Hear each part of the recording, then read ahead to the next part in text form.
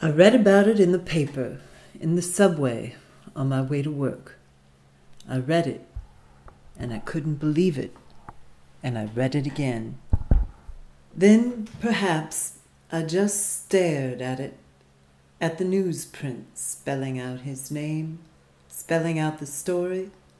I stared at it in the swinging lights of the subway car, and in the faces and bodies of the people, and in my own face, trapped in the darkness which roared outside. It was not to be believed, and I kept telling myself that as I walked from the subway station to the high school, and at the same time I couldn't doubt it. I was scared for Sonny. He became real to me again. A great block of ice got settled in my belly and kept melting there slowly all day long while I taught my classes algebra. It was a special kind of ice. It kept melting, sending trickles of ice water all up and down my veins. But it never got less. Sometimes it hardened and seemed to expand until I felt my guts were going to come spilling out, or that I was going to choke or scream. This would always be at a moment when I was remembering some specific thing Sonny had once said or done. When he was about as old as the boys in my classes, his face had been bright and open. There was a lot of copper in it, and he'd had wonderfully direct brown eyes, and a great gentleness and privacy. I wondered what he looked like now. He had been picked up the evening before in a raid on an apartment downtown for peddling and using heroin. I couldn't believe it, but what I mean by that is I couldn't find any room for anywhere inside me.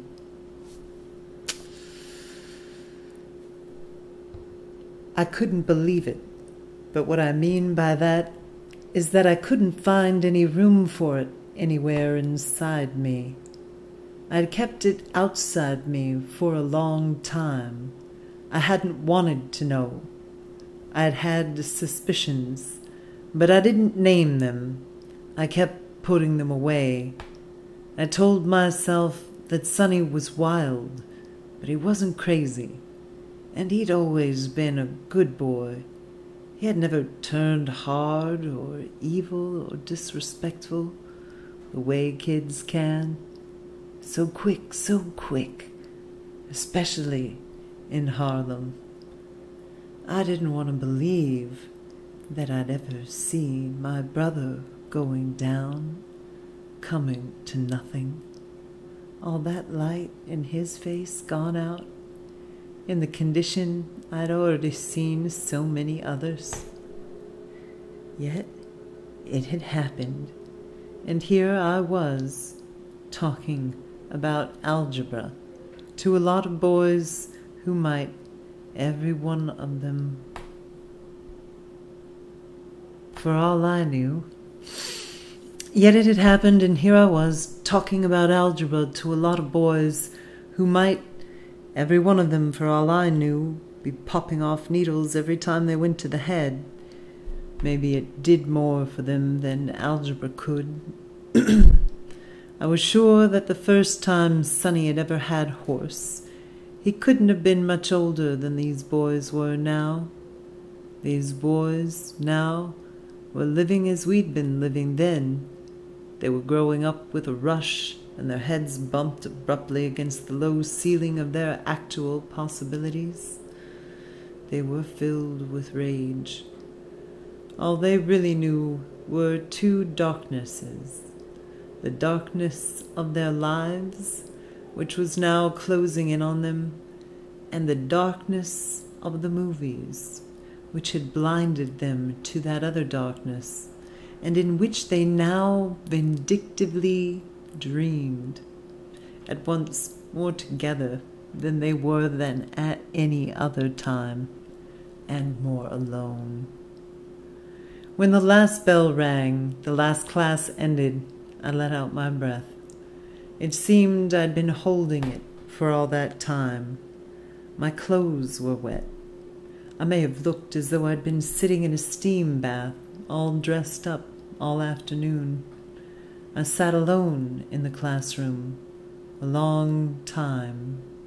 I listened to the boys outside, downstairs, shouting and cursing and laughing. Their laughter struck me for perhaps the first time. It was not the joyous laughter which, God knows why, one associates with children. It was mocking and insular. Its intent was to denigrate. It was disenchanted, and in this also lay the authority of their curses. Perhaps I was listening to them because I was thinking about my brother, and in them I heard my brother and myself. One boy was whistling a tune, at once very complicated and very simple. It seemed to be pouring out of him as though he were a bird, and it sounded very cool and moving through all that harsh, bright air, only just holding its own through all those other sounds. I stood up and walked over to the window and looked down into the courtyard. It was the beginning of the spring, and the sap was rising in the boys. The teacher passed through them every now and again, quickly, as though he or she couldn't wait to get out of that courtyard, to get those boys out of their sight and off their minds. I started collecting my stuff. I thought I'd better get home and talk to Isabel. The courtyard was almost deserted by the time I got downstairs. I saw this boy standing in the shadow of a doorway, looking just like Sonny. I almost called his name. Then I saw that it wasn't Sonny, but somebody we used to know, a boy from around our block. He'd been Sonny's friend. He'd never been mine, having been too young for me, and anyway, I'd never liked him. And now, even though he was a grown-up man, he still hung around that block, still spent hours on the street corner, was always high and raggy. I used to run into him from time to time, and he'd often work around to asking me for a quarter or 50 cents. He always had some real good excuse, too, and I always gave it to him. I don't know why. But now, abruptly, I hated him. I couldn't stand the way he looked at me, partly like a dog, partly like a cunning child. I wanted to ask him what the hell he was doing in that school courtyard. He shuffled over to me and he said, "I see you got the papers, so you ought to know about it." "You mean about Sonny?" "Yes, I already know about it. How come they didn't get you?" He grinned. It made him repulsive, and it also brought to mind what he'd looked like as a kid. "I wasn't there. I stay away from them people." "Good for you," I offered him. I offered him a cigarette, and I watched him through the smoke. "You come all the way down here just to tell me about Sonny?" "That's right." Sort of shaking his head, and his eyes looked strange, as though they were about to cross. The bright sun deadened his dark brown skin, and it made his eyes look yellow and showed up the dirt in his cocked hair. He smelled funky. I moved a little away from him. I said, "Well, thanks, but I already know about it, and I gotta get home." "I'll walk you a little ways," he said. We started walking. There was a couple of kids still loitering in the courtyard, and one of them said good night to me and looked strangely at the boy beside me. "What are you going to do?" he asked me. "I mean, about Sonny." "Look, I haven't seen Sonny for over a year. I'm not sure I'm going to do anything. Anyway, what the hell can I do?" "That's right," he said quickly. "Ain't nothing you can do. Can't much help old Sonny no more, I guess." It was what I was thinking, and so it seemed to me he had no right to say it. "I'm surprised at Sonny, though," he went on. "He had a funny way of talking. He looked straight ahead as though he were talking to himself. I thought Sonny was a smart boy. I thought he was too smart to get hung." "I guess he thought so too," I said sharply. "That's how he got hung. And how about you? You're pretty goddamn smart, I bet." Then he looked directly at me, just for a minute. "I ain't smart," he said. "If I was smart, I'd have reached for a pistol a long time ago.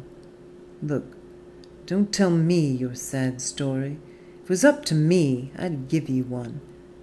Then I felt guilty probably, for never having supposed that the poor bastard had a story of his own, much less a sad one, and I asked quickly, "What's going to happen to him now?" He didn't answer this. He was off by himself someplace. "Funny thing," he said, and from his tone we might have been discussing the quickest way to get to Brooklyn. "When I saw the papers this morning, the first thing I asked myself was if I had anything to do with it. I felt sort of responsible. I began to listen more carefully. The subway station was on the corner just before us, and I stopped. He stopped, too.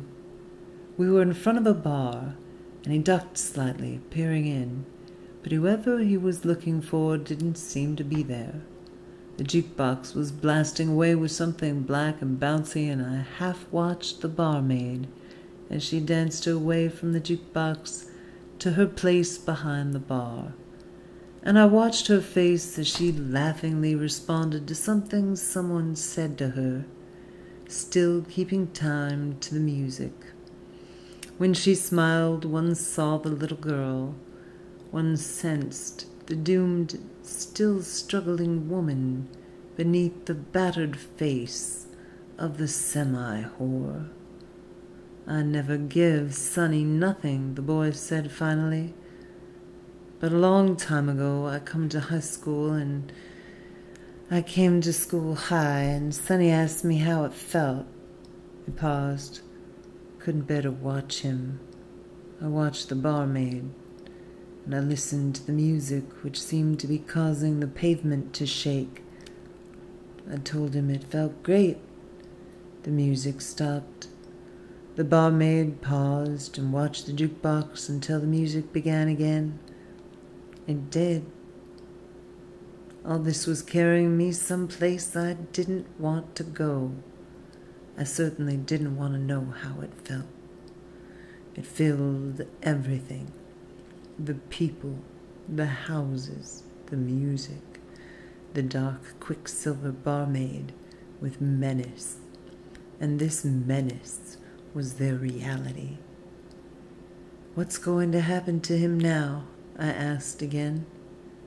"They'll send him away someplace, and they'll try to cure him." He shook his head. "Maybe he'll even think he's kicked the habit, and they'll let him loose." He gestured, throwing his cigarette into the gutter. "That's all." "What do you mean, that's all?" But I knew what he meant. "I mean, that's all." He turned his head and looked at me, pulling down the corners of his mouth. "Don't you know what I mean?" he asked softly. "How the hell would I know what you mean?" I almost whispered it. I don't know why. "That's right," he said to the air. "How would he know what I mean?" Turned toward me again, patient and calm, and yet somehow I felt him shaking as though he were going to fall apart. I felt that ice in my guts again. The dread I'd felt all afternoon. And again I watched the barmaid moving about the bar, washing glasses and singing. Listen, they'll let him out, and then it'll just start all over again. That's what I mean. You mean they'll let him out, and then he'll just start working his way back in again. You mean he'll never kick the habit. Is that what you mean? That's right, he said cheerfully. You see what I mean. Tell me, I said at last, why does he want to die? He must want to die. He's killing himself. Why does he want to die? He looked at me in surprise. He licked his lips. He don't want to die. He wants to live. Don't nobody want to die, ever. Then I wanted to ask him too many things. He could not have answered, or if he had, I could not have borne the answers. I started walking.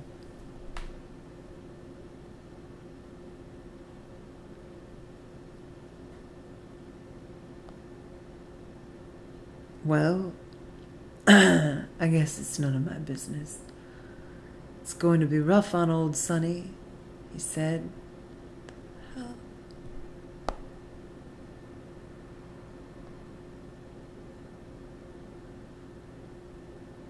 We reached the subway station. This is your station? He asked. I nodded. Took one step down. Damn, he said suddenly. I looked up at him. He grinned again. Damn if I didn't leave all my money home. You got $1 on you, have you? Just for a couple of days is all. All at once something inside gave and threatened to come pouring out of me. I didn't hate him anymore.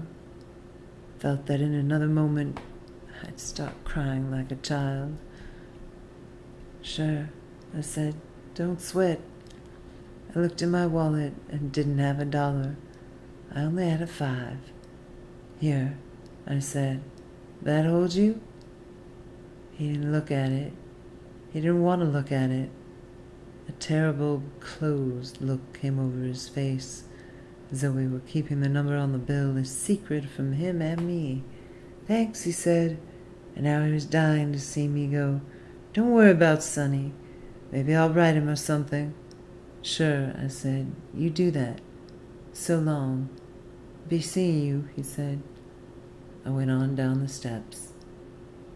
And I didn't write Sonny or send him anything for a long time. When I finally did, it was just after my little girl died. He wrote me back a letter which made me feel like a bastard. Here's what he said. Dear brother, you don't know how much I needed to hear from you. I wanted to write you many a time, but I dug how much I must have hurt you, and so I didn't write. But now I feel like a man who's been trying to climb up out of some deep, real deep and funky hole, and just saw the sun up there outside. I gotta go get outside. I can't tell you much about how I got here. I mean, I don't know how to tell you. I guess I was afraid of something, or I was trying to escape from something. And you know, I've never been very strong in the head. Glad Mommy and Daddy are dead and can't see what's happened to their son, and I swear, if I'd known what I was doing, I would never have hurt you so. You and a lot of other fine people who were nice to me, who believed in me. I don't want you to think it had anything to do with me being a musician. It's more than that. Or maybe less than that. Can't get anything straight in my head down here, and I try not to think about what's going to happen to me when I get outside again. Sometime I think I'm going to flip and never get outside. Sometime I think I'll come straight back. I tell you one thing, though. I'd rather blow my brains out than go through this again. But that's what they all say, so they tell me. If I'd tell you when I'm coming to New York, and if you could meet me, I sure would appreciate it. Give my love to Isabel and the kids, and I was sorry to hear about little Gracie. I wish I could be like Mama and say the Lord's will be done, but I don't know what it seems to me that trouble is one thing that never does get stopped, and I don't know what good it does to blame it on the Lord. But maybe it does some good, if you believe it. Your brother, Sonny. Then I kept in constant touch with him, and I sent him whatever I could. I went to meet him when he came back to New York. When I saw him, many things I thought I had forgotten came flooding back to me. This was because I had begun finally to wonder about Sonny, about the life that Sonny lived inside. This life, whatever it was, had made him older and thinner, and it had deepened the distant stillness in which he had always moved. He looked very unlike my baby brother, yet when he smiled, when he shook hands, the baby brother I'd never known looked out from the depths of his private life like an animal waiting to be coaxed into the light. "How you been keeping?" he asked me. "All right. And you?" "Just fine." Smiling all over his face. "It's good to see you again." "It's good to see you." The 7 years difference in our ages lay between us like a chasm. I wondered if these years would ever operate between us as a bridge. I was remembering, and it made it hard to catch my breath, that I had been there when he was born, and that I had heard the first words he had ever spoken. When he started to walk,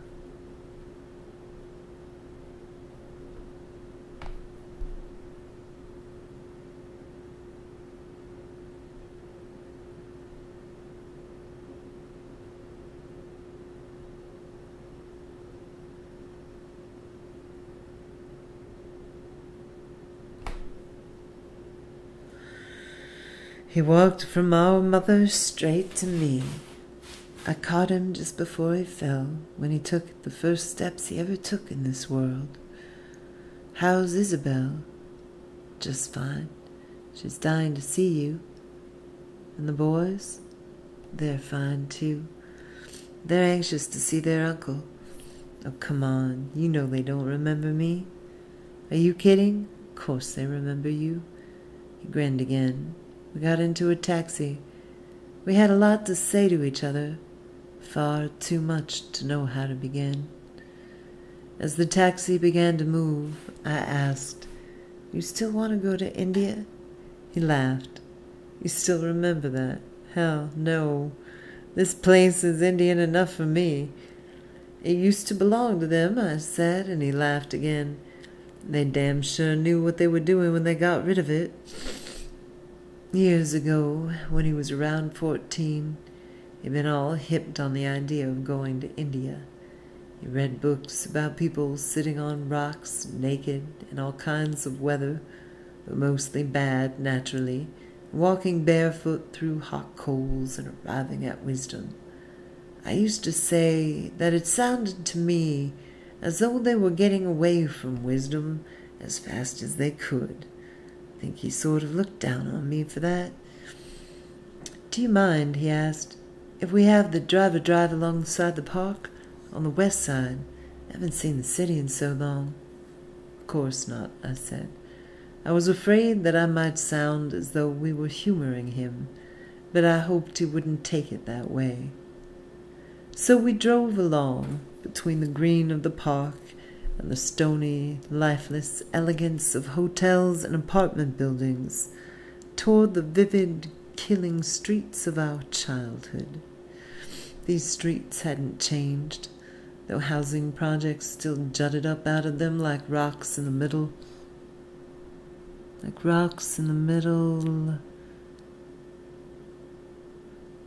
the middle of a boiling sea.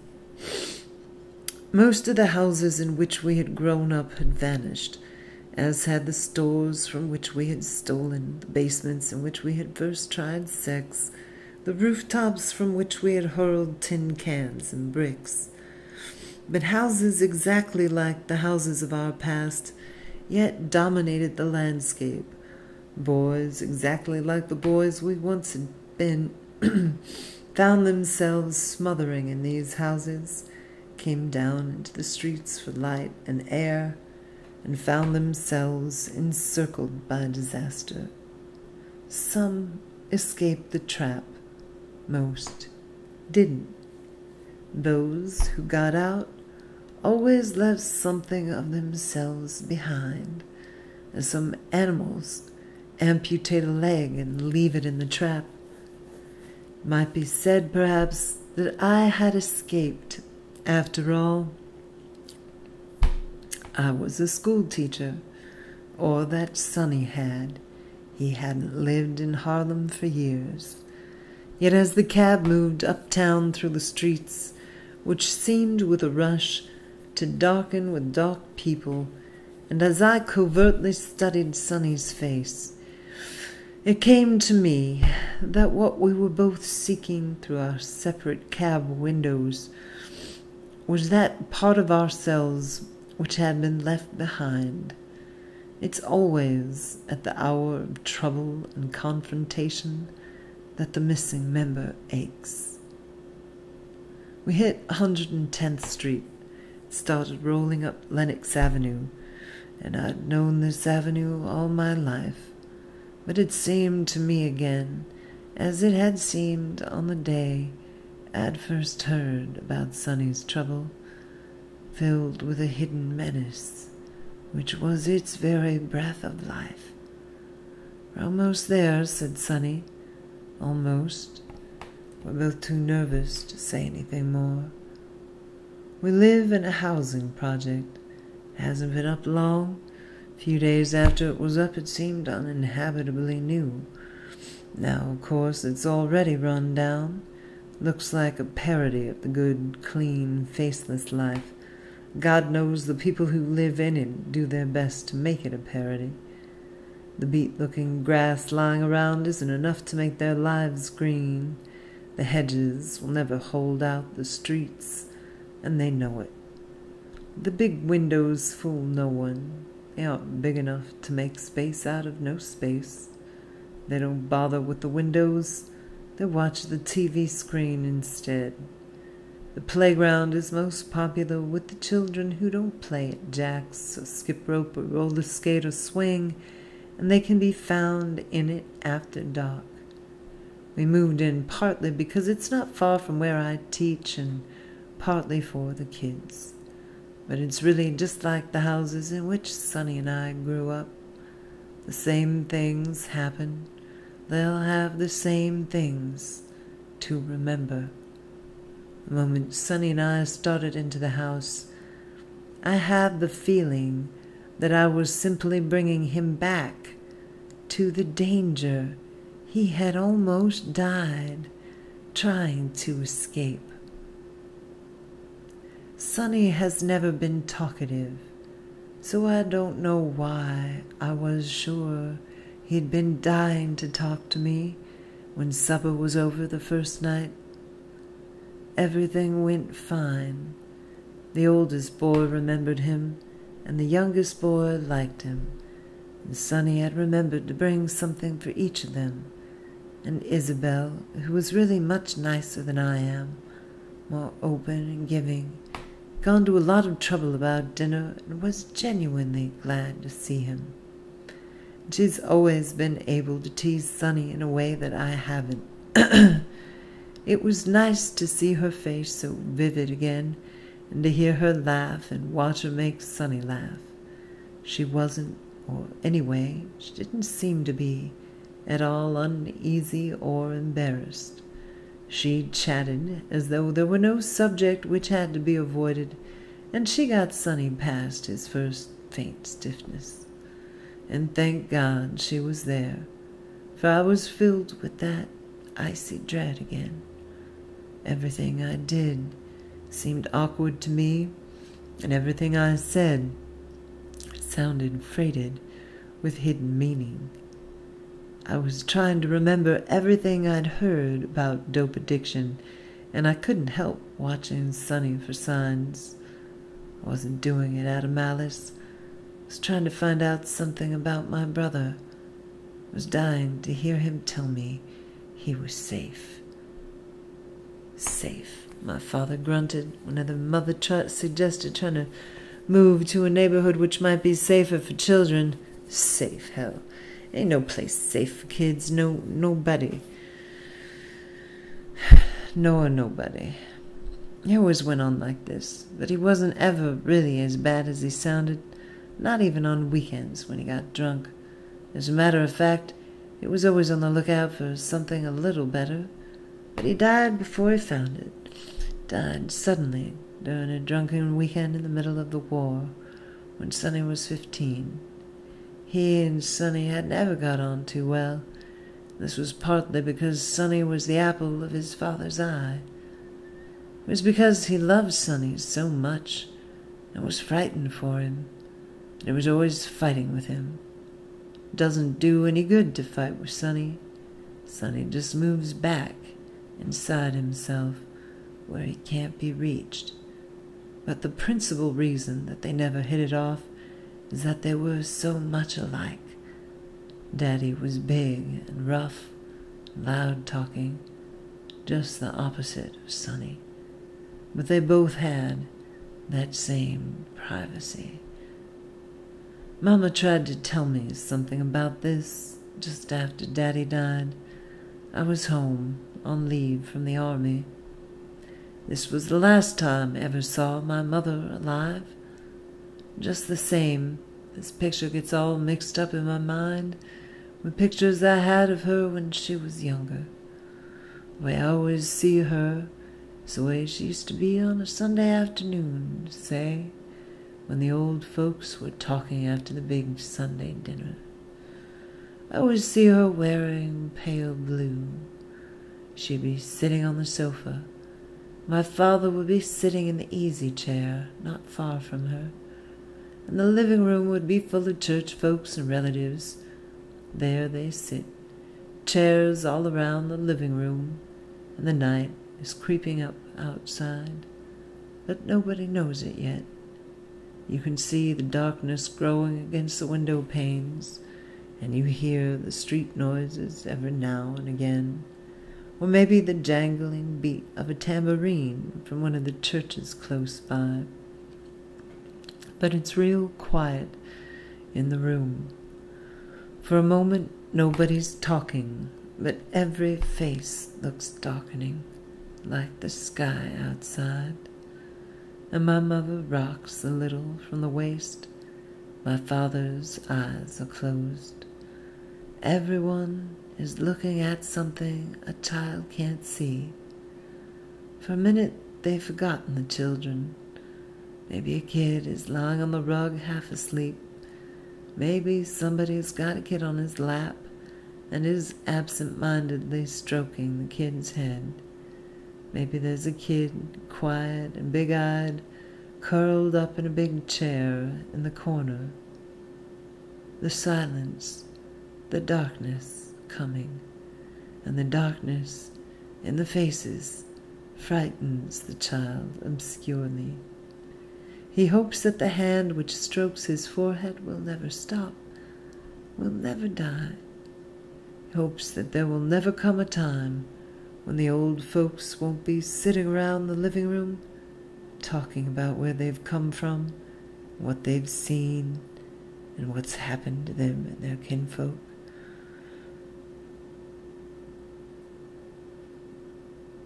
He hopes that there will never come a time when the old folks won't be sitting around the living room talking about where they've come from and what they've seen and what's happened to them and their kinfolk.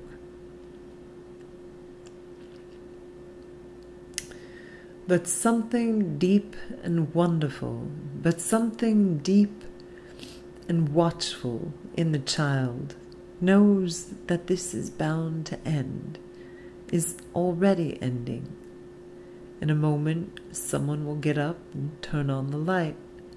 Then the old folks will remember the children. They won't talk any more that day. When the light fills the room, the child is filled with darkness. He knows that every time this happens, he's moved just a little closer to that darkness outside.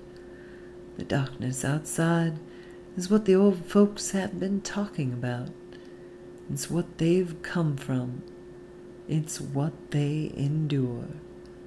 The child knows that they won't talk anymore because if he knows too much about what's happened to them, he'll know too much too soon about what's going to happen to him.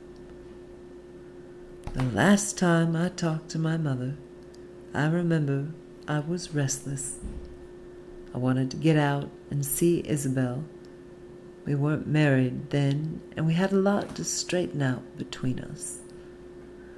There Mama sat, in black, by the window. She was humming an old church song. Lord, you brought me from a long ways off. Sonny was out somewhere. Years ago, when he was round 14, he'd been all hipped on the idea of going to India. He read books about people sitting on rocks, naked, in all kinds of weather, but mostly bad, naturally, walking barefoot through hot coals and arriving at wisdom. I used to say that it sounded to me as though they were getting away from wisdom as fast as they could. I think he sort of looked down on me for that. Do you mind, he asked, if we have the driver drive alongside the park on the west side? I haven't seen the city in so long. Of course not, I said.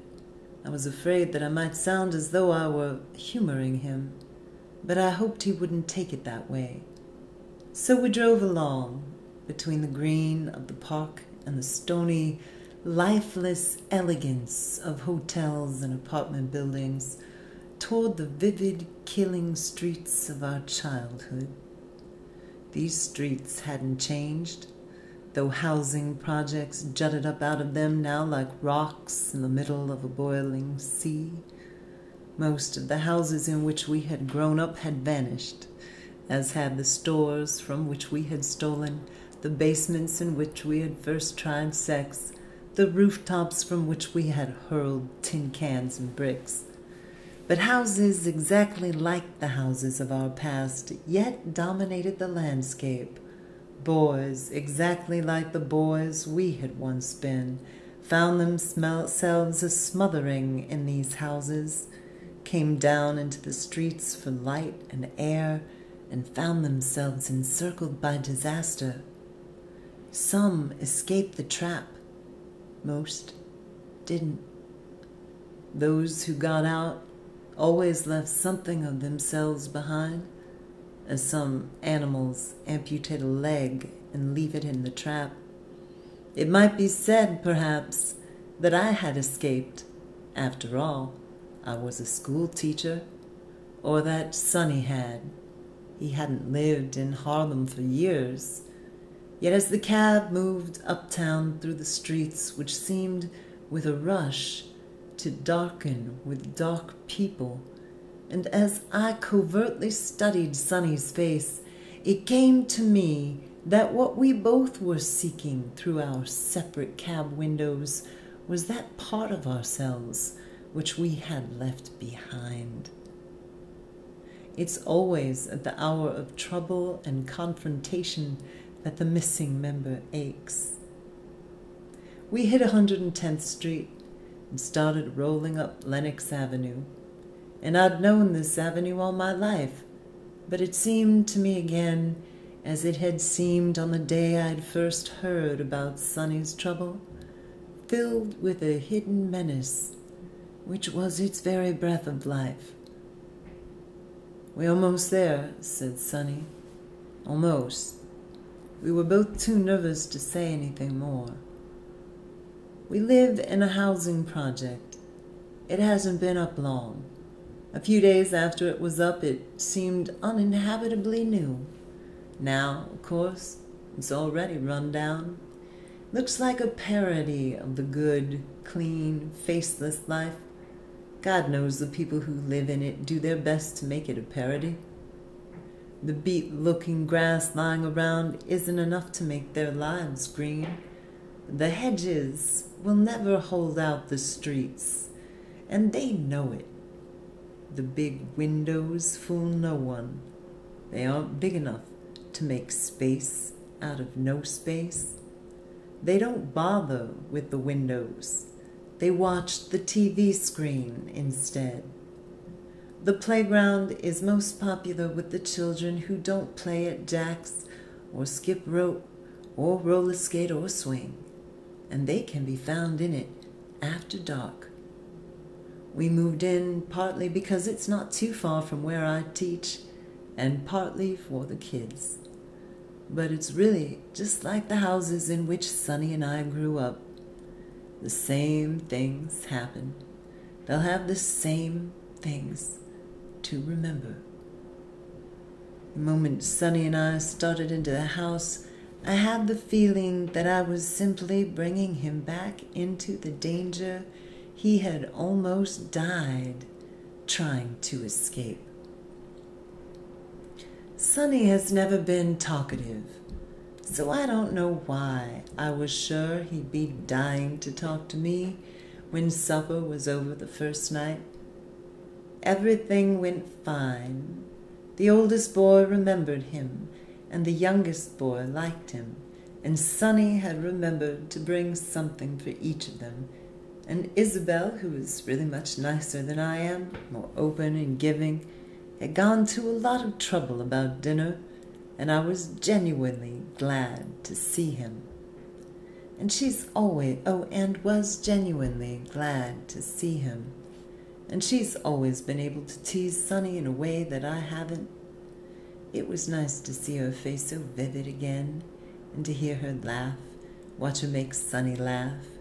She wasn't, or anyway, she didn't seem to be, at all uneasy or embarrassed. She chatted as though there were no subject which had to be avoided, and she got Sonny past his first faint stiffness.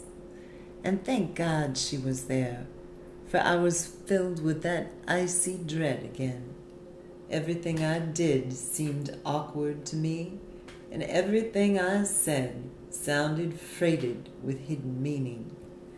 I was trying to remember everything I'd heard about dope addiction, and I couldn't help watching Sonny for signs. I wasn't doing it out of malice. I was trying to find out something about my brother. I was dying to hear him tell me he was safe. Safe, my father grunted, whenever Mama suggested trying to move to a neighborhood which might be safer for children. Safe, hell. Ain't no place safe for kids. No, nobody. He always went on like this, but he wasn't ever really as bad as he sounded. Not even on weekends, when he got drunk. As a matter of fact, he was always on the lookout for something a little better. But he died before he found it. He died suddenly, during a drunken weekend in the middle of the war, when Sonny was 15. He and Sonny hadn't ever got on too well, and this was partly because Sonny was the apple of his father's eye. It was because he loved Sonny so much and was frightened for him that he was always fighting with him. Doesn't do any good to fight with Sonny. Sonny just moves back inside himself where he can't be reached. But the principal reason that they never hit it off is that they were so much alike. Daddy was big and rough and loud-talking, just the opposite of Sonny. But they both had that same privacy. Mama tried to tell me something about this just after Daddy died. I was home on leave from the army. This was the last time I ever saw my mother alive. Just the same, this picture gets all mixed up in my mind with pictures of her I had when she was younger. The way I always see her is the way she used to be on a Sunday afternoon, say when the old folks were talking after a big Sunday dinner. I always see her wearing pale blue.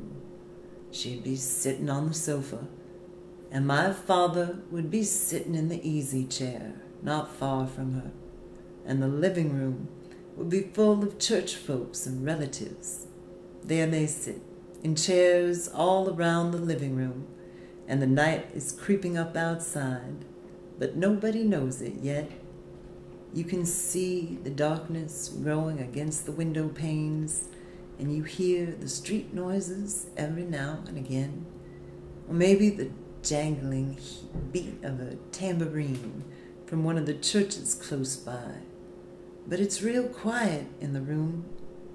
For a moment, nobody's talking, but every face looks darkening, like the sky outside. And my mother rocks a little from the waist, and my father's eyes are closed. Everyone is looking at something a child can't see. For a minute, they've forgotten the children. Maybe a kid is lying on the rug half asleep. Maybe somebody's got a kid on his lap and is absent-mindedly stroking the kid's head. Maybe there's a kid, quiet and big-eyed, curled up in the chair in the corner. The silence, the darkness coming, and the darkness in the faces frightens the child obscurely.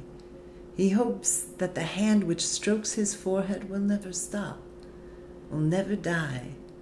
He hopes that there will never come a time when the old folks won't be sitting around the living room talking about where they've come from and what they've seen and what's happened to them and their kinfolk. There will never come a time when the old folks won't be sitting around the living room talking about, I think I messed that up. Maybe there's a kid, quiet, big-eyed, curled up in a chair in the corner. The silence, the darkness coming, and the darkness in the faces frightens the child obscurely. He hopes that the hand which strokes his forehead will never stop, will never die. He hopes that there will never come a time when the old folks won't be sitting around the living room talking about where they've come from and what they've seen and what's happened to them and their kinfolk. But something deep and watchful in the child knows that this is bound to end, is already ending. In a moment, someone will get up and turn on the light. Then the old folks will remember the children, and they won't talk anymore that day. And when the light fills the room, the child is filled with darkness. He knows that every time this happens, he's just moved a little closer to that darkness outside. The darkness outside is what the old folks have been talking about. It's what they've come from. It's what they endure. The child knows that they won't talk anymore, because if he knows too much about what's happened to them, he'll know too much too soon about what's going to happen to him. The last time I talked to my mother, I remember I was restless. I wanted to get out and see Isabel. We weren't married then, and we had a lot to straighten out between us. There Mama sat, in black, by the window. She was humming an old church song. Lord, you brought me from a long ways off. Sonny was out somewhere. Mama kept watching the streets. I don't know, she said, if I'll ever see you again after you go off from here, but I hope you'll remember the things I tried to teach you. Don't talk like that, I said and smiled. You'll be here a long time yet. Don't talk like that, I said. Okay, blah, I tried to teach you. Don't talk like that, I said and smiled. You'll be here a long time yet. She smiled too, but she said nothing. She was quiet for a long time. And I said, Mama, don't you worry about nothing. I'll be waiting all the time, and you'll be getting the checks. I'll be writing all the time, and you'll be getting the checks. She smiled too, but she said nothing. She was quiet for a long time. And I said, Mama, don't you worry about nothing. I'll be writing all the time, and you'll be getting the checks. I want to talk to you about your brother, she said suddenly. If anything happens to me, ain't going to have nobody to look out for him. Mama, I said, ain't nothing gonna happen to you or Sonny. Sonny's all right. He's a good boy, and he's got good sense. Ain't a question of his being a good boy, Mama said, nor of his having good sense. It ain't only the bad ones, nor yet the dumb ones that get sucked under. She stopped, looking at me. Your daddy once had a brother, she said, and she smiled in a way that made me feel she was in pain. You didn't ever know that, did you? No, I said. I never knew that. And I watched her face. Oh, yes, she said. Your daddy had a brother. She looked out of the window again. But I know you never saw your daddy cry. But I did. Many a time through all these years. I asked her, what happened to his brother? How come nobody's ever talked about him? This was the first time I ever saw my mother look old. His brother got killed, she said, when he was just a little younger than you are now. I knew him. He was a fine boy. He was maybe just a little full of the devil, but he didn't mean nobody no harm. Then she stopped, and the room was silent, exactly as it had sometimes been on those Sunday afternoons. Mama kept looking out into the streets. Used to have a job in the mill, she said, and like all young folks, he just liked to perform on Saturday nights. Saturday nights, him and your father would drift around to different places, go to dances and things like that, or just sit around with the people they knew. And your father's brother would sing. He had a fine voice, and play along with himself on his guitar. Well, this particular Saturday night, him and your father was coming home from someplace, and they were both a little drunk. There was a moon that night. It was bright like the day. Your father's brother was feeling kind of good, and he was whistling to himself, and he had his guitar slung over his shoulder. They was coming down a hill, and beneath them was a road that turned off from the highway. Well, your father's brother, being always kind of frisky, decided to run down this hill, and he did, with that guitar banging and clanging behind him, and he ran across the road, and he was making water behind a tree, and your father was sort of amused at him, and he was still coming down the hill kind of slow, and he heard a car motor, and that same minute his brother stepped from behind the tree into the road in the moonlight, and he started to cross the road, and your father started to run down the hill. He says he don't know why. This car was full of white men. They was all drunk. And when they seen your father's brother, they let out a great whoop and a holler, and they aimed that car straight at him. They was having fun. They just wanted to scare him the way they sometimes do, you know.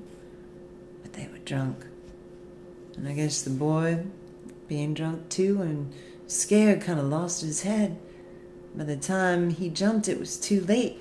Your father says he heard his brother scream when the car rolled over him, and he heard the wood of that guitar when it gave, and he heard them strings go flying, and he heard them white men shouting, and the car kept on going. And it ain't stopped till this day. And time your father got down the hill, his brother wanted nothing but blood and pulp. Tears were gleaming on my mother's face. There wasn't anything I could say. He never mentioned it, she said, because I never let him mention it before you children. Your daddy was like a crazy man that night and for many a night thereafter. He says he never in his life seen anything as dark as that road after the lights of that car had gone away. Weren't nothing, weren't nobody on that road, just your daddy and his brother and that busted guitar. Oh, yes. Your daddy never did really get right again till the day he died. He weren't sure, but that every white man he saw was the man that killed his brother. She stopped, took out her handkerchief, dried her eyes, and looked at me. I ain't telling you all this, she said, to make you scared or bitter or to make you hate nobody. I'm telling you this because you got a brother and the world ain't changed. I guess I didn't want to believe this. I guess she saw this in my face. She turned away from me, toward the window pane again, searching those streets. But I praise my Redeemer, she said at last. He called your daddy home before me. I ain't saying throw out no flowers at myself, but I declare it keeps me from feeling too cast down to know I helped your father get safely through this world.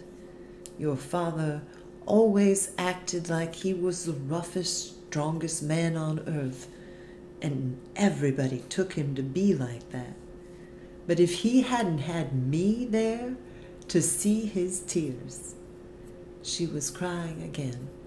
Still, I couldn't move. I said, Lord, Mama, I didn't know it was like that. Oh, honey, she said, there's a lot that you don't know, but you are going to find it out. She stood up from the window and came over to me. You got to hold on to your brother, she said, and don't let him fall. No matter what it looks like is happening to him, and no matter how evil you gets with him, you're going to be evil with him many a time. But don't you forget what I told you. You hear? I won't forget, I said. Don't you worry. I won't forget. I won't let nothing happen to Sonny. My mother smiled as though she were amused at something she saw in my face. Then, you may not be able to stop nothing from happening, but you got to let him know you's there. 2 days later, I was married, and Then I was gone.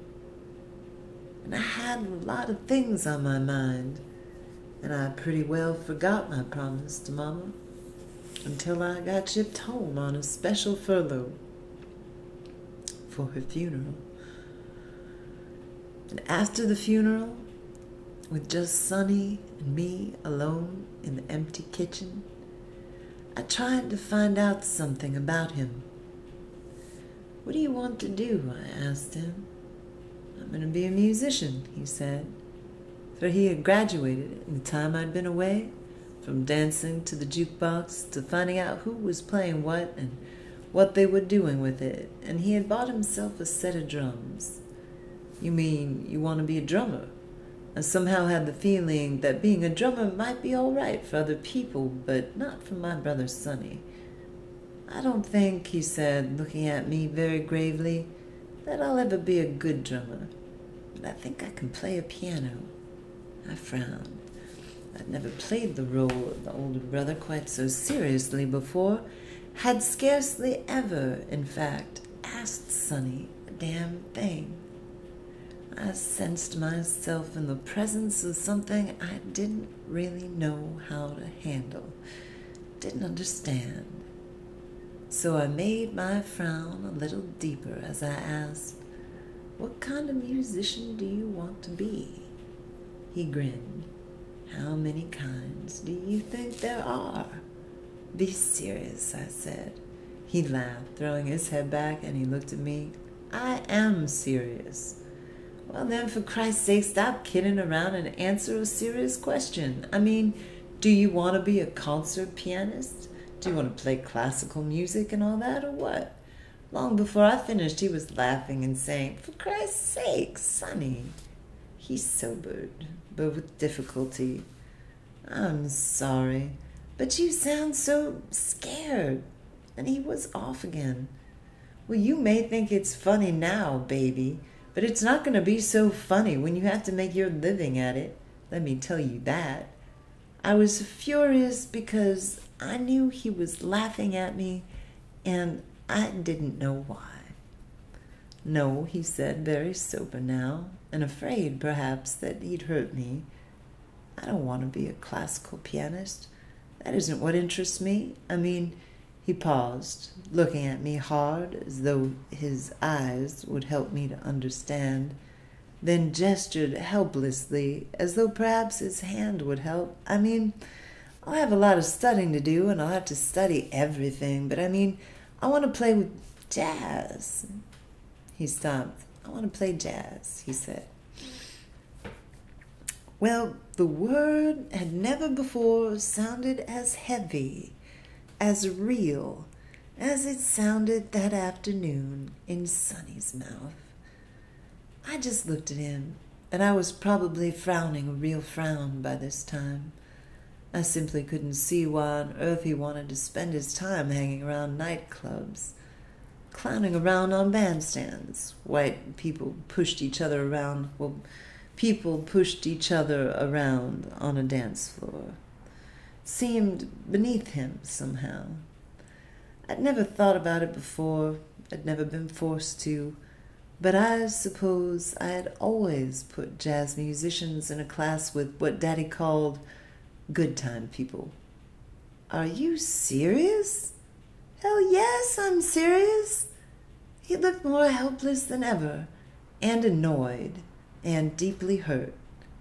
I suggested helpfully, "You mean like Louis Armstrong?" His face closed as though I'd struck him. "No, I'm not talking about none of that old-time, down-home crap." "Well, look, Sonny, I'm sorry. Don't get mad. I just don't altogether get it, that's all. Name somebody, you know, a jazz musician you admire." "Bird." "Who?"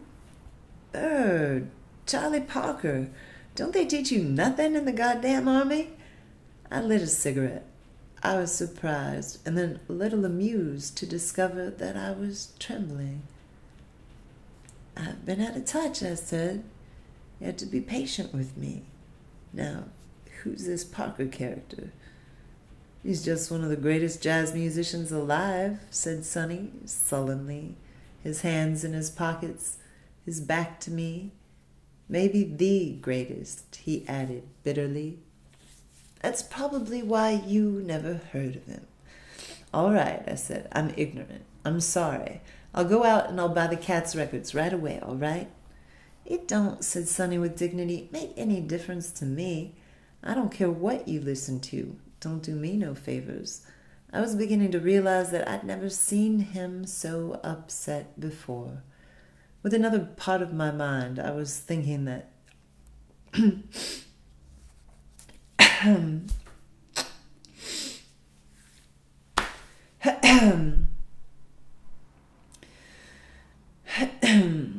with another part of my mind, I was thinking that this would probably turn out to be one of those things kids go through, and that I shouldn't make it seem important by pushing it too hard. Still, I didn't think it would do any harm to ask, doesn't all this take a lot of time? Can you make a living at it? He turned back to me and half leaned, half sat on the kitchen table. Everything takes time, he said, and well, yeah, sure, I can make a living at it. But what I don't seem to be able to make you understand is that it's the only thing I want to do. Well, Sonny, I said gently, you know, people can't always do exactly what they want to do. No, I don't know that, said Sonny, surprising me. I think people ought to do what they want to do. What else are they alive for? You're getting to be a big boy, I said desperately. It's time you start thinking about your future. I'm thinking about my future, said Sonny grimly. I think about it all the time. I gave up. I decided if he didn't change his mind, that we could always talk about it later. In the meantime, I said, you got to finish school. We'd already decided that he'd have to move in with Isabel and her folks.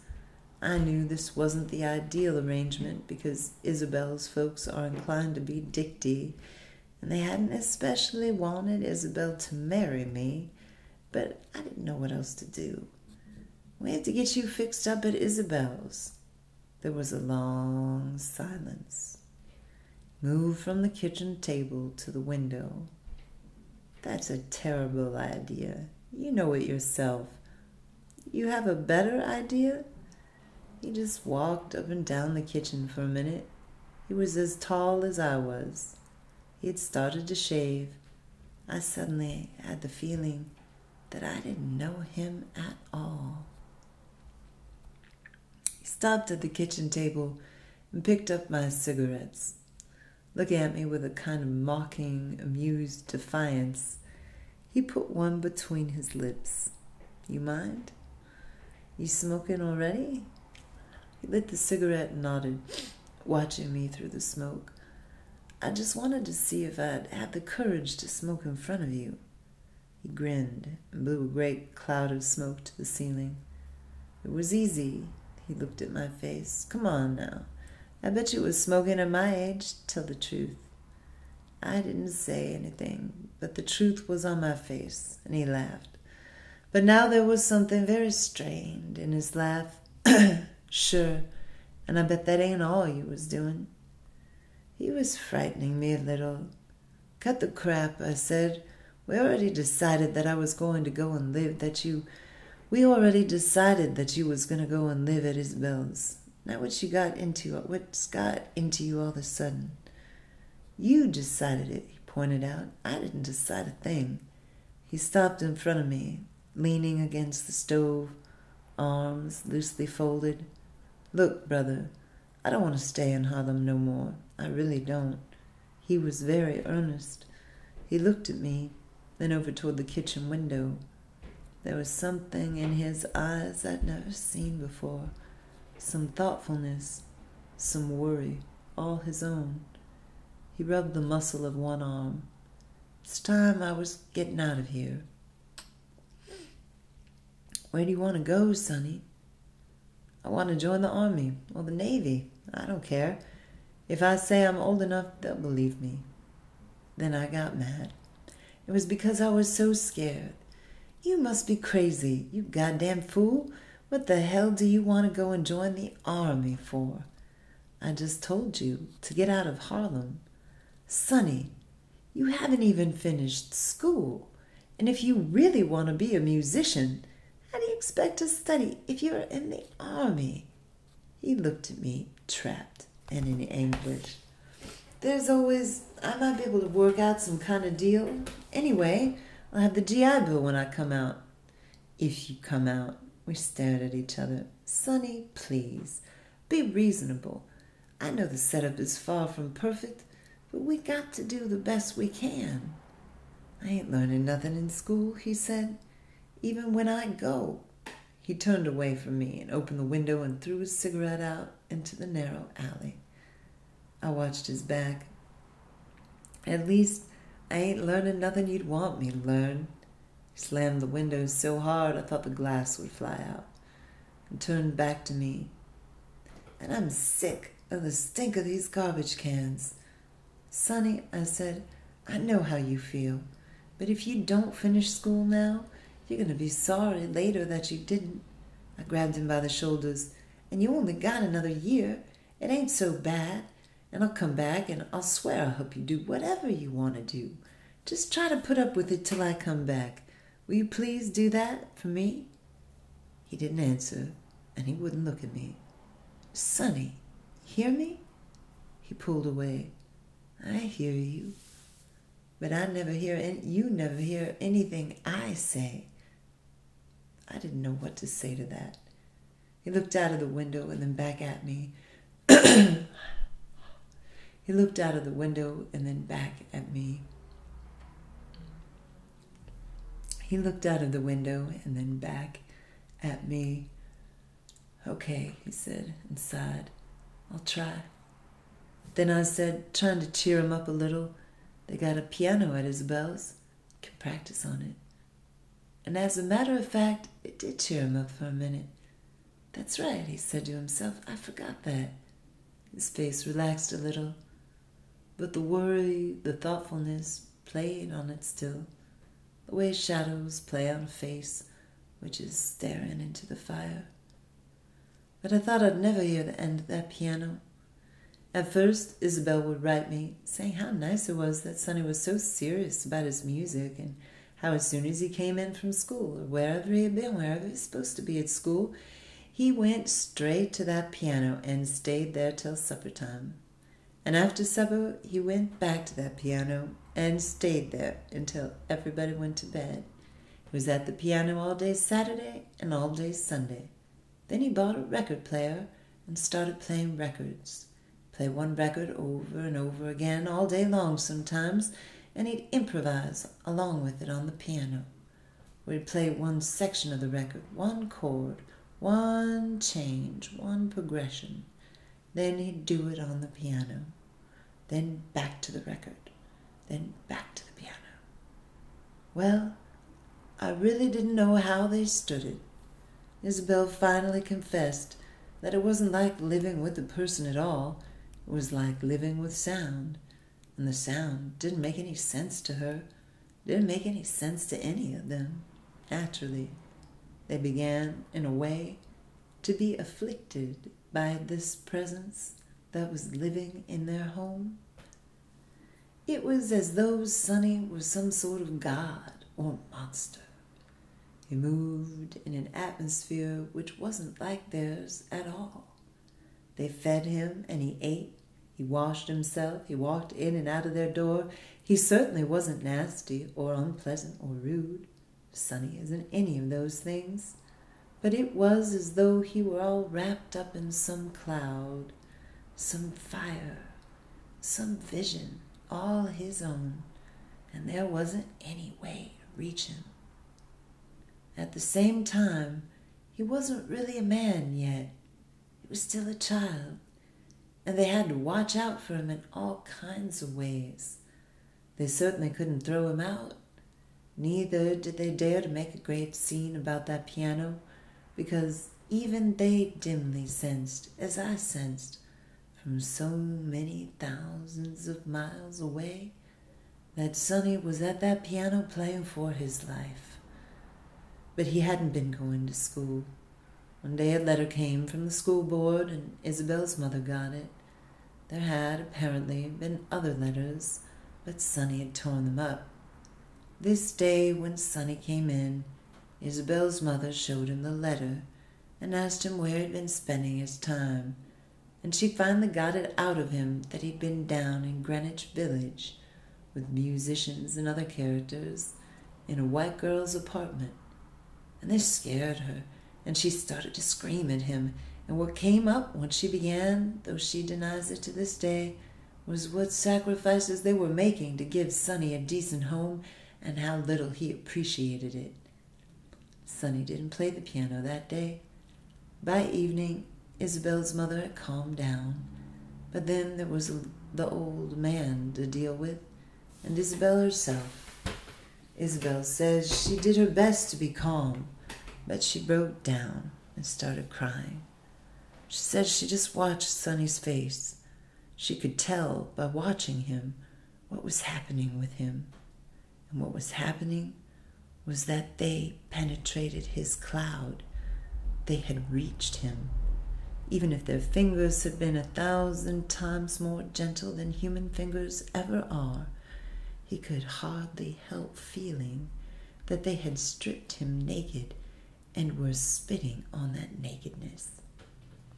For he also had to see that his presence, that music which was life or death to him, had been torture for them, and that they had endured it, not at all for his sake, but only for mine. And Sonny couldn't take that. He can take it a little better today than he could then, but he's still not very good at it, and frankly, I don't know anybody who is. The silence of the next few days must have been louder than the sound of all the music ever played since time began. One morning, before she went to work, Isabel was in his room for something, and she suddenly realized that all of his records were gone. And she knew for certain that he was gone, and he was. He went as far as the Navy would carry him. Finally sent me a postcard from some place in Greece, and that was the first I knew that Sonny was still alive. I didn't see him anymore until we were both back in New York, and the war had been long over. He was a man by then, of course, but I wasn't willing to see it. He came by the house from time to time, but we fought almost every time we met. I didn't like the way he carried himself, loose and dreamlike all the time, and I didn't like his friends, and his music seemed to be merely an excuse for the life he led. It sounded just that weird and disordered. Then we had a fight, a pretty awful fight, and I didn't see him for months. By and by, I looked him up, where he was living, in a furnished room in the village, and I tried to make it up. But there were lots of other people in the room when I found Sonny. But there were lots of other people in the room, and Sonny just lay on his bed, and he wouldn't come downstairs with me, and he treated these other people as though they were his family, and I weren't. So I got mad, and then he got mad. And then I told him that he might just as well as be dead as live the way he's living. Then he stood up and he told me not to worry about him anymore in life, and that he was dead as far as I was concerned. Then he pushed me to the door, and the other people looked on as though nothing were happening, and he slammed the door behind me. I stood in the hallway, staring at the door. I heard somebody laugh in the room, and then the tears came to my eyes. Started down the steps, whistling to keep from crying. I kept whistling to myself. You're going to need me, baby, one of these cold, rainy days. I read about Sonny's trouble in the spring. Little Grace died in the fall. She was a beautiful little girl, but she only lived a little over 2 years. She died of polio, and she suffered. She had a slight fever for a couple of days, but it didn't seem like anything, We just kept her in bed. And we would certainly have called the doctor, but the fever dropped. She seemed to be all right. So we thought it had just been a cold. Then one day, she was up, playing. Isabel was in the kitchen fixing lunch for the boys when they come in from school, and she heard Grace fall down in the living room. When you have a lot of children, you don't always start running when one of them falls, unless they start screaming or something, and this time, Grace was quiet. Yet Isabel says that when she heard the thump and in that silence, something happened to her to make her afraid, and she ran to the living room, and there was little Grace on the floor, all twisted up, and the reason she hadn't screamed was that she couldn't get her breath. When she did scream, it was the worst sound, Isabel says, she'd ever heard in all her life, and she still hears it sometimes in her dreams. Isabel will sometimes wake me with a low moaning, strangled sound, and I have to be quick to awaken her and hold her to me, and where Isabel is weeping against me it seems a mortal wound.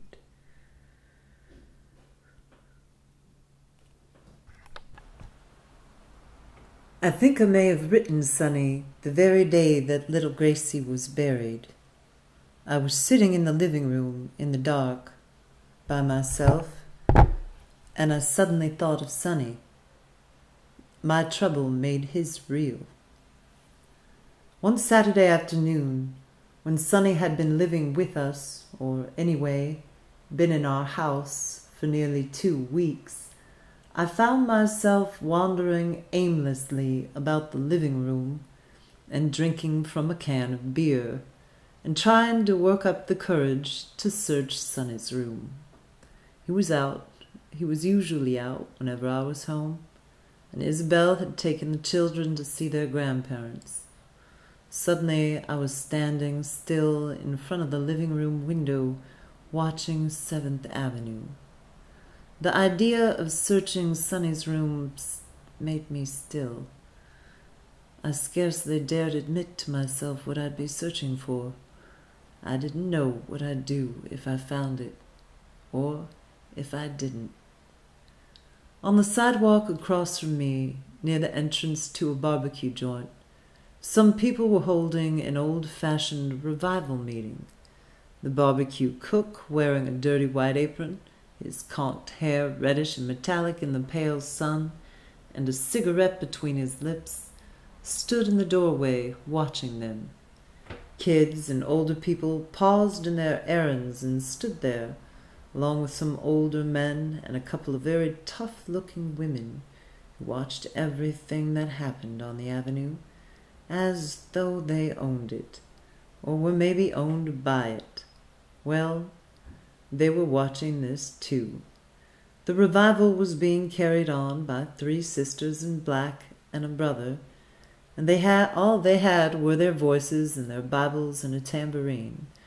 The brother was testifying, and while he testified, 2 of the sisters stood together, seeming to say amen, and the 3rd sister walked around with the tambourine outstretched, and a couple of people dropped coins into it. Then the brother's testimony ended, and the sister who had been taking up the collection dumped the coins into her palm and transferred them to the pocket of her long black robe. Then she raised both hands, striking the tambourine against the air and then against one hand, and she started to sing, and the 2 other sisters and the brother joined in. It was strange suddenly to watch, though I had been seeing these street meetings all my life. So, of course, had everybody else down there. Yet they paused and watched and listened, and I stood still at the window. "'Tis the old ship of Zion," they sang, and the sister with the tambourine kept a steady, jangling beat. "It has rescued many a thousand." Not a soul under the sound of their voices was hearing this song for the first time. Not one of them had been rescued. nor had they seen much in the way of rescue work being done around them. Neither did they especially believe in the holiness of the three sisters and the brother. They knew too much about them, knew where they lived and how. The woman with the tambourine, whose voice dominated the air, whose face was bright with joy, was divided by very little from the woman who stood watching her, a cigarette between her heavy, chapped lips, her hair a cuckoo's nest, her face scarred and swollen from many beatings, and her black eyes glittering like coal. Perhaps they both knew this, which was why, when as rarely they addressed each other as sister. As the singing filled the air, the watching, listening faces underwent a change, the eyes focusing on something within. The music seemed to soothe the poison out of them, and time seemed nearly to fall away from the sullen, belligerent, battered faces, as though they were fleeing back to their first condition, while dreaming of their last. The barbecue cook half shook his head and smiled, and dropped his cigarette and disappeared into his joint. Man fumbled in his pockets for change and stood holding it in his hand impatiently, as though he had just remembered a pressing appointment further up the avenue. He looked furious. Then I saw Sonny, standing on the edge of the crowd. He was carrying a wide, flat notebook with a green cover, and it made him look, from where I was standing, almost like a schoolboy. The coppery sun brought out the copper in his skin. He was very faintly smiling, standing very still. Then the singing stopped. The tambourine turned into a collection plate again. The furious man dropped his coins and vanished. So did a couple of the women, and Sonny dropped some change in the plate, looking directly at the woman with a little smile. He started across the avenue toward the house. He has a slow, loping walk, something like the way Harlem hipsters walk, only he's imposed on this his own half-beat. I'd never really noticed it before. I stayed at the window, both relieved and apprehensive. As Sonny disappeared from my sight, they began singing again, and they were still singing when his key turned in the lock. "Hey," he said. "Hey, yourself. You want some beer?" "No. Well, maybe." But he came up to the window and stood beside me, looking out. "What a warm voice," he said. "They were singing, 'If I could only hear my mother pray again.'" "Yes," I said, "and she can sure beat that tambourine." "But what a terrible song," he said, and laughed, dropped his notebook on the sofa, and disappeared into the kitchen. "Where's Isabel and the kids?" "Think they went to see their grandparents. You hungry?" "No." He came back into the living room with his can of beer. "You want to come someplace with me tonight?" I sensed, I don't know, that I couldn't possibly say no. "Sure. Where?" He sat down on the sofa and picked up his notebook and started leafing through it. "We're going to sit in with some fellas in a joint in the village." "You mean you're going to play tonight?" "That's right." Took a swallow of his beer and moved back to the window, gave me a sidelong look. "If you can stand it." "I'll try," I said. He smiled to himself, and we both watched as the meeting across the way broke up. The three sisters and the brother, heads bowed, were singing "God Be With You Till We Meet Again." The faces around them were very quiet. Then the song ended. The small crowd dispersed. We watched the three women and the lone man walk slowly up the avenue. "When she was singing before," said Sonny abruptly, Her voice reminded me for a minute of what heroin feels like sometimes when it's in your veins. Makes you feel sort of warm and cool at the same time, distant, and sure. He sipped his beer very deliberately, not looking at me. I watched his face. Makes you feel in control. Sometimes you've got to have that feeling. Do you? I sat down slowly in the easy chair. Sometimes. He went to the sofa, picked up his notebook again. Some people do. In order, I asked, to play? And my voice was very ugly, full of contempt and anger. Well, he looked at me with great troubled eyes, as though, in fact, he hoped his eyes would tell me things he could never otherwise say. They think so, and if they think so, and what do you think? I asked. He sat on the sofa, put his can of beer on the floor. I don't know, he said, and I couldn't be sure if he were answering my question or pursuing his thoughts. His face didn't tell me. It's not so much to play, it's to stand it, to be able to make it at all, on any level. He frowned and smiled, in order to keep from shaking to pieces. But these friends of yours, I said, they seem to shake themselves to pieces pretty damn fast. Maybe. Played with the notebook, and something told me that I should curb my tongue, and that Sonny was doing his best to talk, and that I should listen. But of course, you only know the ones that have gone to pieces. Some don't, or at least they haven't yet, and that's just about all any of us can say. He paused. And then there are some who just live, really, in hell, and they know it, and they see what's happening, and they go right on. I don't know, he sighed, dropped the notebook, folded his arms.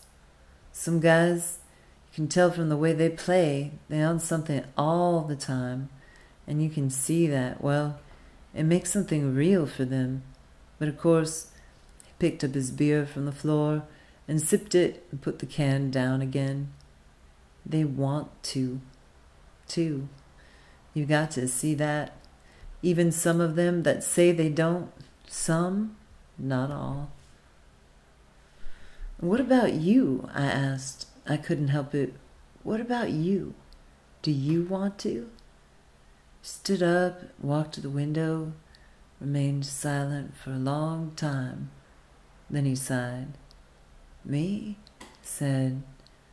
Then, well, I was downstairs before, my way here, listening to that woman sing. It struck me all of a sudden how much suffering she must have had to go through to sing like that. It's repulsive to think you have to suffer that much. I said, but there's no way not to suffer, is there, Sonny? I believe not, he said, and smiled. But that's never stopped anyone from trying. He looked at me. Has it? I realized with this mocking look that there stood between us forever, beyond the power of time or forgiveness, the fact that I had held silence so long when he had needed human speech to help him. He turned back to the window. No, there's no way not to suffer. But you try all kinds of ways to keep from drowning in it, to keep on top of it, to make it seem, well, like you did something all right. Now you're suffering for it, you know? I said nothing. Well, you know, he said impatiently. Why do people suffer? Maybe it's better to do something to give it a reason, any reason. But we just agreed, I said, that there's no way not to suffer. Isn't it better then to just take it? Nobody just takes it, Sonny cried. That's what I'm telling you. Everybody tries not to. You're just hung up on the way some people try. It's not your way. The hair on my face began to itch. My face felt wet. It's not true, I said. That's not true.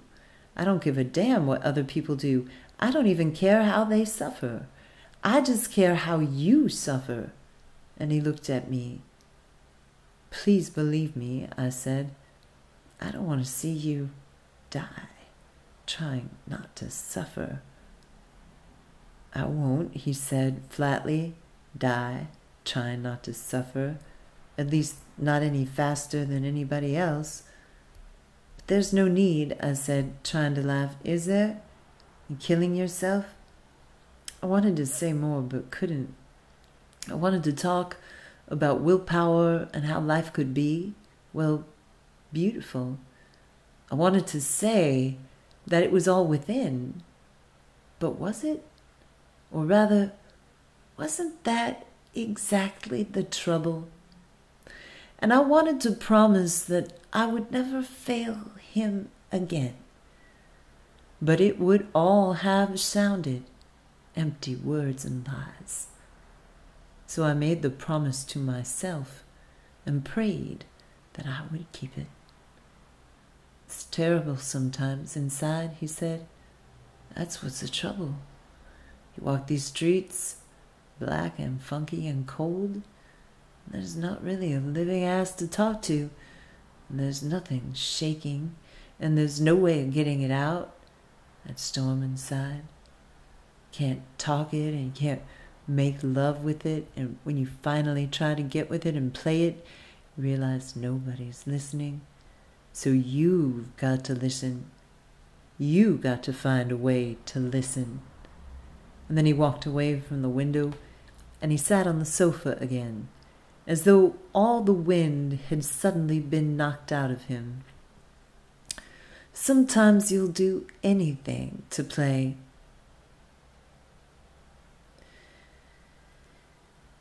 He laughed and looked at me, and he sobered, or your own. Then he said, don't worry, I'm all right now, and I think it'll be all right, but I can't forget where I've been.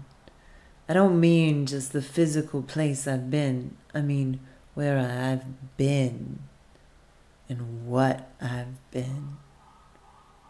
What have you been, Sonny? I asked. He smiled, but sat sideways on the sofa, his elbow resting on the back, his fingers playing with his mouth and chin, not looking at me. I've been something I didn't recognize, didn't know I could be, didn't know anybody could be. He stopped, looking inward, looking helplessly young, looking old. I'm not talking about it now because I feel guilty or anything like that. Maybe it would be better if I did. I don't know. Anyway, I can't really talk about it. Not to you. Not to anybody. Now he turned and faced me. Sometimes, you know, and it was actually when I was most out of the world, that I felt I was in it and that I was with it, really, and I could play, or I didn't really have to play. It just came out of me. It was there. And I don't know how I played, thinking about it now, but I know I did awful things those times, sometimes, to people. Or it wasn't that I did anything to them, it was that they weren't real. Picked up the beer can. It was empty. Rolled it between his palms. And other times, well, I needed a fix. I needed to find a place to lean.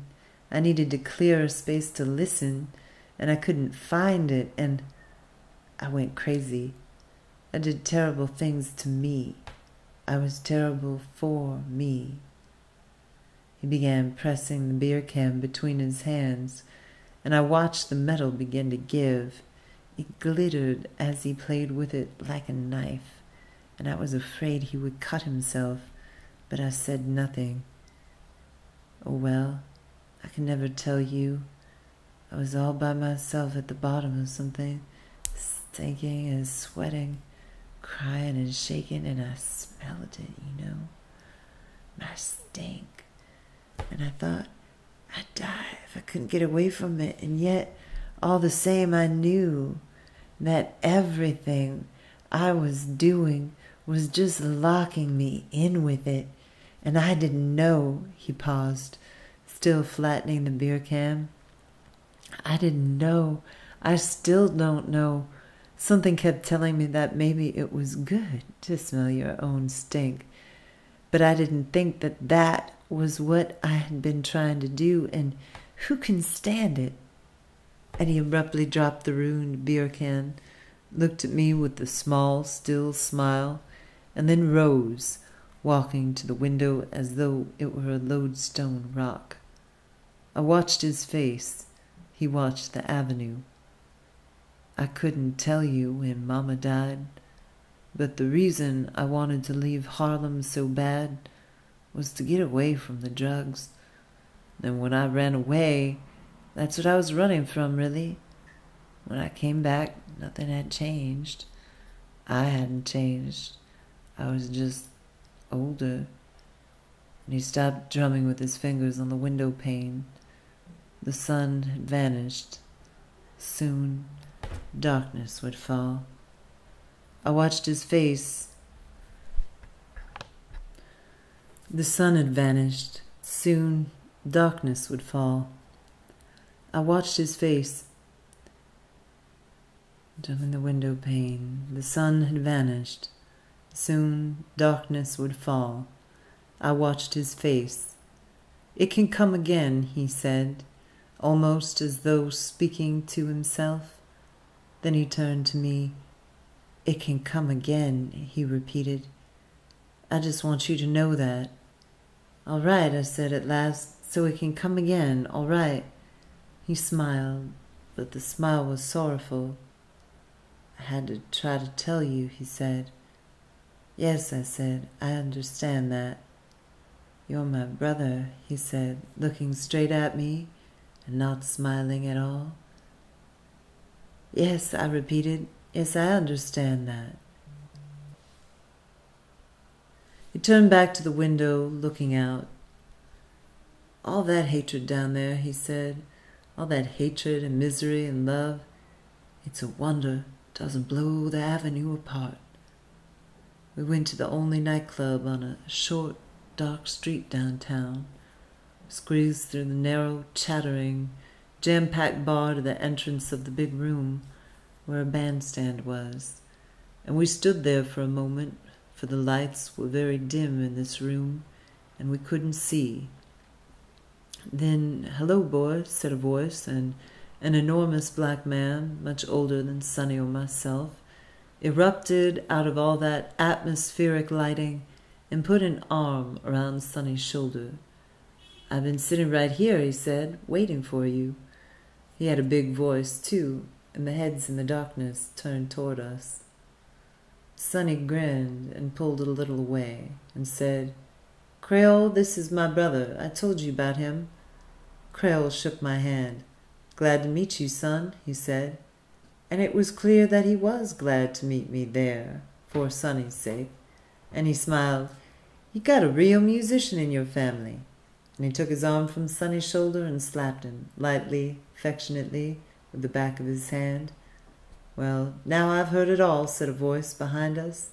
This was another musician and a friend of Sonny's, a coal-black, cheerful-looking man, built close to the ground. He immediately began confiding to me, at the top of his lungs, the most terrible things about Sonny, his teeth gleaming like a lighthouse and his laugh coming up out of him like the beginning of an earthquake. And it turned out that everyone at the bar knew Sonny, or almost everyone. Some were musicians, working there, or nearby, or not working. Some were simply hangers-on, and some were there to hear Sonny play. I was introduced to all of them, and they were all very polite to me. Yet it was clear that, for them, I was only Sonny's brother. Here, I was in Sonny's world, or rather, his kingdom. Here, it was not even a question.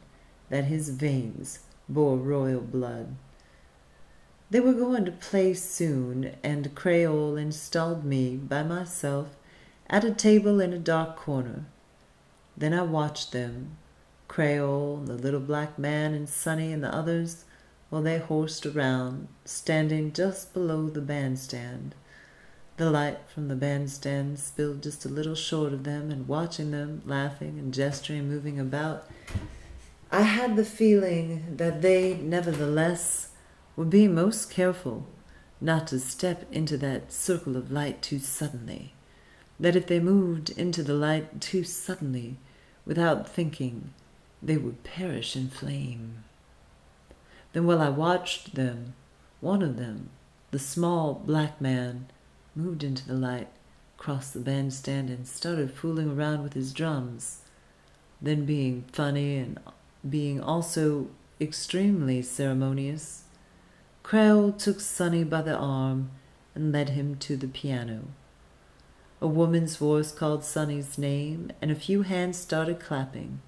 And Sonny, also being funny and being ceremonious and so touched, I think, that he could have cried, but neither hiding it nor showing it, riding it like a man, grinned, and put both hands to his heart and bowed from the waist. Creole then went to the bass fiddle, and a lean, very bright-skinned brown man jumped up on the bandstand and picked up his horn. So there they were, and the atmosphere on the bandstand and in the room began to change and tighten. Someone stepped up to the microphone and announced them. Then there were all kinds of murmurs. Some people at the bar shushed others. The waitress ran around, frantically getting in the last orders. Guys and chicks got closer to each other, and the lights on the bandstand on the quartet turned into a kind of indigo. Then they all looked different there. Creole looked about him for the last time, as though he were making certain that all his chickens were in the coop. And then he jumped and struck the fiddle, and there they were. All I know about music is that not many people ever really hear it, and even then, on the rare occasions when something opens within and the music enters, what we mainly hear or hear corroborated are personal, private, vanishing evocations. But the man who creates the music is hearing something else, is dealing with the roar rising from the void and imposing order on it as it hits the air. What is evoked in him, then, is of another order, more terrible because it has no words, and triumphant, too, for that same reason. And his triumph, when he triumphs, is ours. I just watched Sonny's face. His face was troubled. He was working hard, but he wasn't with it. And I had a feeling that, in a way, everyone on the bandstand was waiting for him, both waiting for him and pushing him along. But as I began to watch Creole, I realized that it was Creole who held them all back. He had them on a short rein, up there, keeping the beat with his whole body, wailing on the fiddle, with his eyes half closed. He was listening to everything, but he was listening to Sonny. He was having a dialogue with Sonny. He wanted to leave Sonny the shoreline and strike out for deep water. He was Sonny's witness that deep water and drowning were not the same thing. He had been there, and he knew, and he wanted Sonny to know. He was waiting for Sonny to do the things on the keys which would let Creole know that Sonny was in the water. And while Creole listened, Sonny moved, deep within, exactly like someone in torment. I had never before thought of how awful the relationship must be between the musician and his instrument. He has to fill it, this instrument, with the breath of life, his own. He has to make it do what he wants it to do. And a piano is just a piano. It's made out of so much wood and wires and little hammers and big ones and ivory. Well, there's only so much you can do with it. The only way to find this out is to try and make it do everything. And Sonny hadn't been near a piano for over a year, and he wasn't on much better terms with his life. Not that life stretched before him now. Not the life that stretched before him now. He and the piano stammered.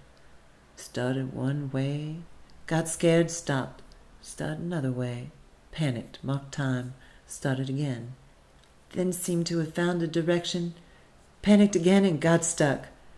And the face I saw on Sonny I'd never seen before. Everything had been burned out of it. And at the same time, things usually hidden were being burned in by the fire and the fury of the battle which was occurring in him up there.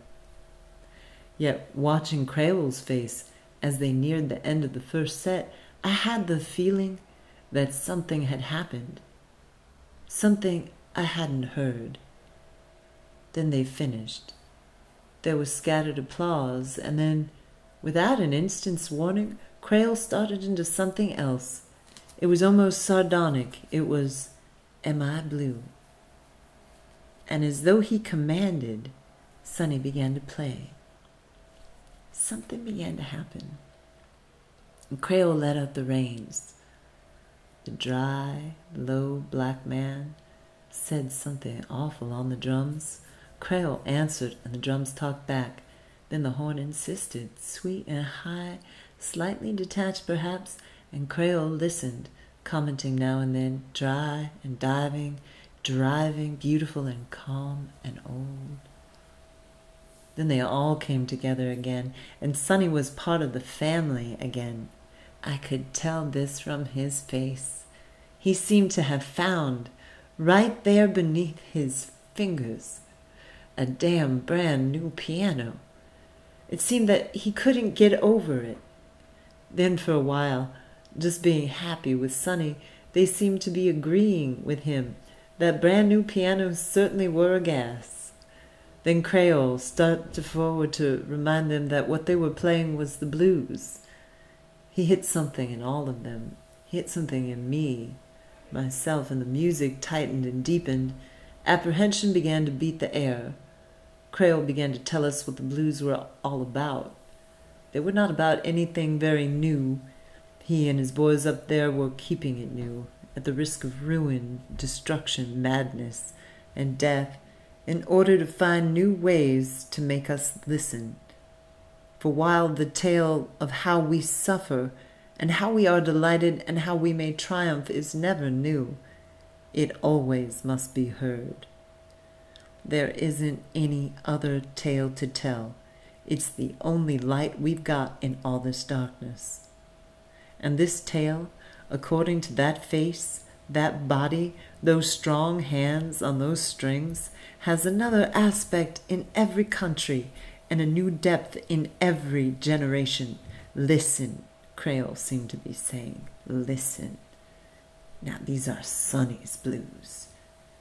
He made the little black man on the drums know it, and the bright brown man on the horn. Creole wasn't trying any longer to get Sonny in the water. He was wishing him Godspeed. Then he stepped back very slowly, filling the air with the immense suggestion that Sonny speak for himself. Then they all gathered around Sonny, and Sonny played. Every now and again one of them seemed to say amen. Sonny's fingers filled the air with life, his life. But that life contained so many others. And Sonny went all the way back. He really began with the spare, flat statement of the opening phrase of the song. Then he began to make it his. It was very beautiful because it wasn't hurried, and it was no longer a lament. I seemed to hear with what burning he had made it his.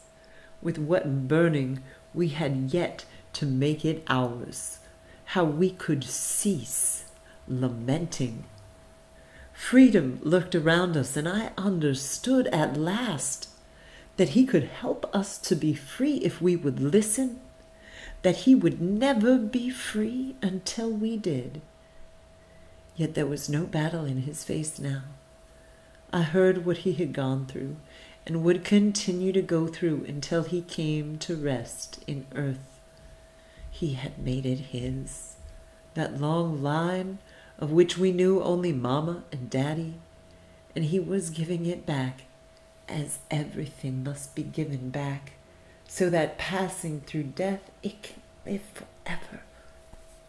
I saw my mother's face again and felt for the first time how the stones of the road she had walked on must have bruised her feet. I saw the moonlit road where my father's brother died, and it brought something else back to me and carried me past it. I saw my little girl again and felt Isabel's tears again, and I felt my own tears begin to rise, and I was yet aware that this was only a moment, that the world waited outside as hungry as a tiger, and that trouble stretched above us longer than the sky. Then it was over. Creole and Sonny let out their breath, both soaking wet and grinning. There was a lot of applause, and some of it was real. In the dark, the girl came by, and I asked her to take drinks to the bandstand. There was a long pause, and while they talked up there in the indigo light, and after a while I saw the girl put a scotch and milk on top of the piano for Sonny. He didn't seem to notice it. Just before they started playing again, he sipped from it, looked toward me, and nodded. Then he put it back on top of the piano. For me, then, as they began to play again, it glowed and shook above my brother's head like the very cup of trembling.